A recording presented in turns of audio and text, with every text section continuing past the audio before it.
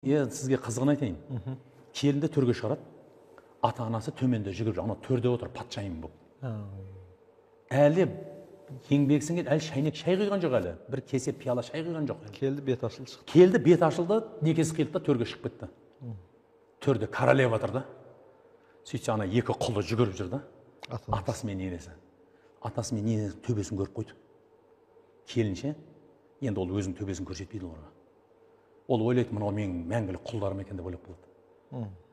Көрдіңіз бе? Осы жерден біз құртып аламыз сол жастарды.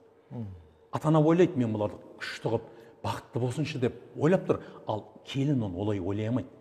Өйткені ата-ананың көрген өмірлік тәжірибесімен келіннің өмірлік тәжірибесі сәйкес емес бір-біріне. Ана ойлайды, ана келін, бұлар менің құлдарым екен ғой. Сосын таңертең тұрады. Құлдарым неғып жатсыңдар, тұрсаңдар, күнделікті тірліктен істей берсеңдерші дейді сосын. Көрдіңіз ба? Менің баламды бағатын осы құлым екен, оның бұтын жуатын құлым екен, оның киімін жуатын, тамағын беретін құлдарым екен деп, құл сияқты қарайды ата-енесіне.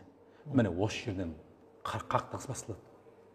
Ата-ана риза емес, оны көрген бала екі ортада, бірдеңе дейін десе, кеше алған қатыны тәтті әлі, балдай, оған бірдеңе дейін десе, оны ренжітіп аламын, оған бірдеңе десе, мыналардың көңілін қалдырып қоямын дейді. Сөйтіп екі ортада жүрген кезде бір екі-үш бала, 4-5 бала пайда болады. Енді ажырасайын десе, ажырасамайды. Сонымен ырың-жырың, неден соның бәрі? Келе салып, төрге келінді шығара салған. Келін дегенді мынандай өзімен қатарлас бір шетіне отырғызып қой. Біздің кеше Шәкен Аймановтың тойының есінде, киносында кез келген тойларды арасаң, Абай жолын оқысаң, Қыз Жібек Төлегенді көрсең, екеуін бөлек отауда жеңгелер отырады қасында қарап. Әлі неке қиылған жоқ. Мынадан аттап кетпеңдер деп ортасына белбеу тастайды. Көрдіңіз ба? Екеуі бөлек отауда отыр. Контрольде бәрі. Анау билер, жаңағы үлкен ақсақалдар, абыздардың ең төбесіне барып отырған жоқ жастар ол жерде. Абыз ақсақалдар оларға бүйтіп қарап отырған жоқ. Бізде қандай? Абыз ақсақалдарымыз аяулы 15-20 бала тапқан алтын алқалы, алтын құрсақты аналарымыз аналардан төмен отыр ғой. Көрдіңіз ба? Ана патшайым сол күннен бастап дух жинайды ғой. Сол духпен ары қарай бір әулетті қанға қақсатады. Сөйтіп сорына açады. Бірақ ол кезде кеш болады. Бастан жіберіп қойды. Мен бір тойда болғам қажыге. Сол тойда жас жұбайлар төрге шығыңдар деген хал той болып жатыр. Оранған қыз әдемі кәдімгі қазақи орамалда. Біздің кейбір келіндер жартылай жалаңаш бір жаңағыдай көшеден сүйреп әкелген қыздар сияқты шығады ғой.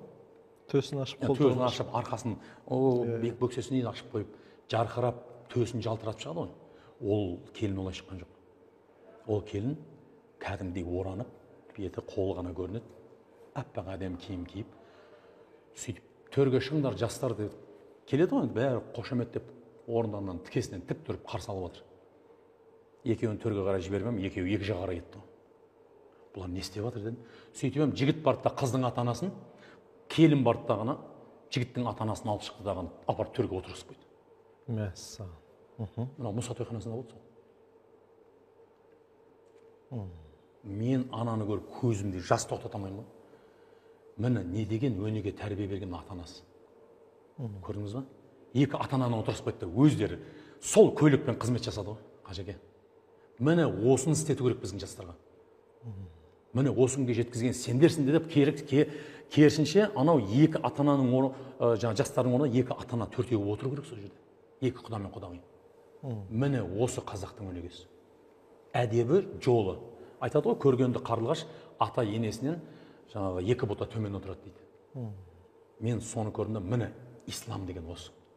Дін деген осы міне. Дінді білмеген, дымды білмейтін атам қазақ. Біздің көп жастарымыз дінге бетбұрыс жасайын десе, ата-анасы қарсы. Не үшін қарсы? Өзіне қызмет еткізуге қарсы отырды ата-анасы сонда.